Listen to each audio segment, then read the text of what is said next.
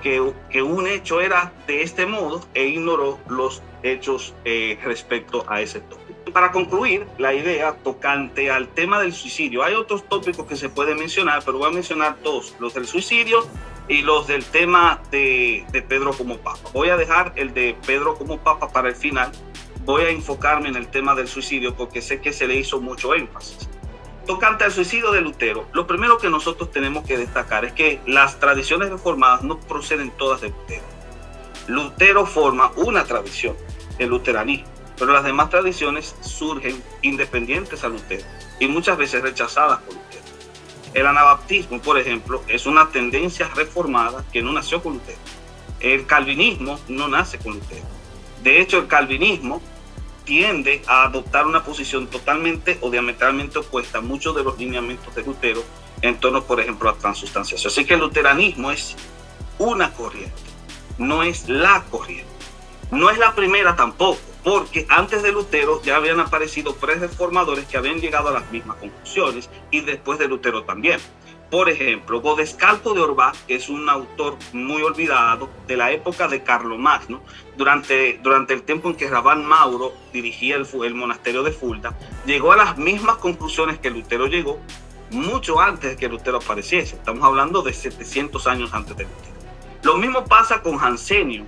Los jansenistas llegaron a conclusiones muy parecidas a Calvino sin haberse leído a Calvino, porque prácticamente lo que estaban era derivando su pensamiento de cómo entendían a Agustín de Hipólito. Entonces, en ese caso, nosotros podemos deducir que el luteranismo no se convierte en la madre de todas las sectas. Eso es imposible, no es coherente históricamente. Ahora, Lutero, respecto al suicidio de Lutero, ya yo he preparado un video hace un tiempecito sobre el tema, porque entiendo que la opinión del padre Ravasi es cuestionable. No es que sea inválida, pero es cuestionable. ¿Por qué?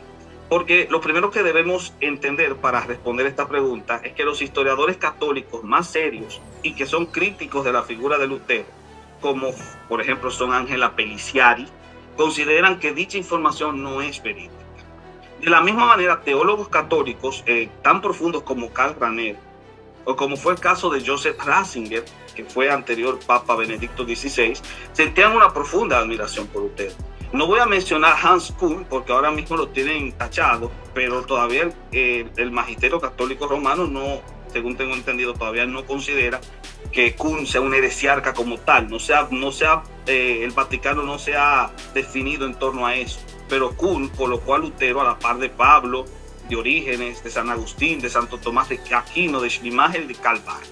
Respecto a lo del posible suicidio de Lutero, la información suministrada por Ravasi pecó por ingenio, porque las citas que utiliza proceden de los enemigos de Lutero y cae en un simplismo bestial, incluso citando a un psicoanalista muy potente. No sabe cómo evaluar tampoco las intenciones mismas de la fuente y no se da cuenta que éstas estaban parcializadas por naturaleza y que ejemplos se dieron en su época. Por ejemplo, Andreas Karlstadt, que fue otro reformador anterior a Lutero, antes de que Lutero clavara las 95 tesis, Karlstadt clavó 102. Bueno, Karlstadt se dijo que murió de una forma desastrosa, porque en aquella época era común tratar de cuestionar la validez de un personaje para inventar historias de cómo murió. Por eso yo creo que los trabajos biográficos de Federico Flickner, Linda Roper, Mario Miggi, Eric Metaxas y Lucien Febvre son más objetivos, si queremos acercarnos a la verdad objetivante, son más objetivos al acercarse al personaje, y ninguno menciona su suicidio, a pesar de haber resaltado muchísimas debilidades que tuvo Lutero.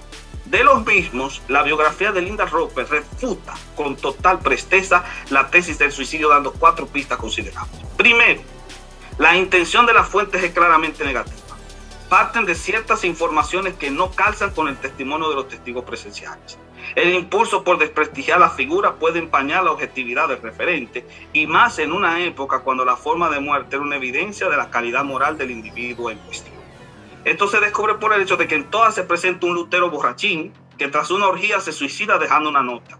Esto entra en franca contradicción con lo que sabemos del personaje, lo que contaron sus amigos y sus enemigos como el cardenal Cayetano, así como sus hermanos de orden, quienes siempre admiraron la vida devocional del personaje. Los mismos escritos de Lutero nos hablan de un sujeto diferente, verdaderamente loco, no loquito, pero un genio, de su época. 2. El hecho de que cuando Lutero murió en Eisleben estaba rodeado de personas, incluyendo su médico, que fue bien meticuloso hasta para indicar cuántas veces fue al baño ese día. Si este galeno fue tan detallista y puntilloso, ¿no dejaría constancia escrita de algún síntoma que nos permitiese abducir sus intenciones suicidas? Además de que los suicidas siempre dejan señales de su crimen, inclusive durante años, cosa no presente en Lutero. Más aún, si se habla de que cualquier dato evidencial que se tenga fue eliminado para crear una imagen positiva del personaje, eso, señores, no es más que ficción conspirativa. El funeral de Lutero 3 se realizó en Wittenberg, pero él murió en Eisleben. Eso implica un traslado de su cuerpo en un viaje a pie de una ciudad a otra. El trayecto era bien largo, por lo cual Lutero fue llevado a varias ciudades que quedaban en el camino y multitudes pudieron acceder a su cadáver y ninguna de esas multitudes habló de señales de suicidio. Y finalmente, por orden del maestro Celi, se pidió a un artista que creara una mascarilla de cera del rostro y las manos de Lutero que todavía se conserva en Wittenberg, y esa mascarilla, que se hizo inmediatamente murió, no presenta señales de un ahorcamiento forzado, no lo comenta ninguno de los que estuvieron en su hecho de muerte, y de hecho Lutero no murió solo como nos lo intentó hacer creer Olivera Rabasi, sino rodeado de sus amigos. Y eso es un dato que está totalmente evidenciado. Finalmente, y tocante al tema del suicidio final, hay un tópico esencial que me gustaría rescatar, y es que el catecismo de la Iglesia Católica, aunque reitera que nuestras vidas no son nuestras para disponer de ellas y que el suicidio es gravemente contrario al justo amor de sí mismo, también declara que, y cito, trastornos psíquicos graves, como menciona el psicoanalista, la angustia o el temor grave de la prueba, del sufrimiento, de la tortura, pueden disminuir la responsabilidad del suicida. Párrafo 2282. Por lo tanto, no podríamos desprestigiar a un personaje si la causa de su suicidio fue un trastorno psicológico, de acuerdo a el párrafo 2282 del catecismo. Y continúa explicando que la iglesia reza por quienes se han quitado la vida, sabiendo que la misericordia de Dios no tiene límites. Para enfatizar la verdad de que una enfermedad mental no es indicio de debilidad espiritual, la iglesia tiene santos que vivieron con enfermedades mentales, santos que iban a terapia y tomaban medicación, incluso santos que lucharon con ideaciones suicidas. Algunos, como Santa Isabel Anaceton, sintieron la tentación del suicidio mucho antes de su conversión y después encontraron curación. Pero otros, como Ignacio de Loyola, encontraron que su salud mental empeoró después de su conversión. En el caso de Ignacio, las dudas le convencieron de que era un caso perdido y sin esperanza. Solamente el miedo de ofender a Dios le impedía tirarse por la ventana. Otros santos, como Santa María Magdalena de Pazzi, lucharon durante años contra el deseo de poner fin a su vida. Estos santos nos recuerdan que las enfermedades mentales no son el resultado de una vida de oración deficiente, una falta de confianza en Dios, y que la desesperación no es un pecado cuando es el resultado de una enfermedad mental o cuando es una tentación contra la que luchamos poderosamente. El venerable Francisco María Pablo Lieberman se crió en una familia judía ortodoxa y él mismo también luchó con ideas suicidas durante mucho tiempo, incluso después de haberse dedicado al servicio de la iglesia. Y a pesar de ello, y pese al testimonio que se comenta de que posiblemente el sujeto haya intentado cortarse las venas con un cuchillo, aún así se considera a este personaje un santo, un hombre capaz de aferrarse a la esperanza a pesar de su constante tentación de caer en la desesperación. Y así hay muchos casos más, como Bartolo Longo, y podría mencionar, por ejemplo, a otros personajes como la beata Benedetta Bianchi Porro. Todos ellos lucharon contra tendencias suicidas. Muchos de ellos se ha comentado, como estuve leyendo de acuerdo a un artículo sobre la beata Benedetta, que posiblemente hayan incurrido en el caso del suicidio, pero aún así se les considera santos, porque el tema aquí no tiene que ver con desprestigiar a un personaje en torno a si realmente cometió o tuvo el sentimiento.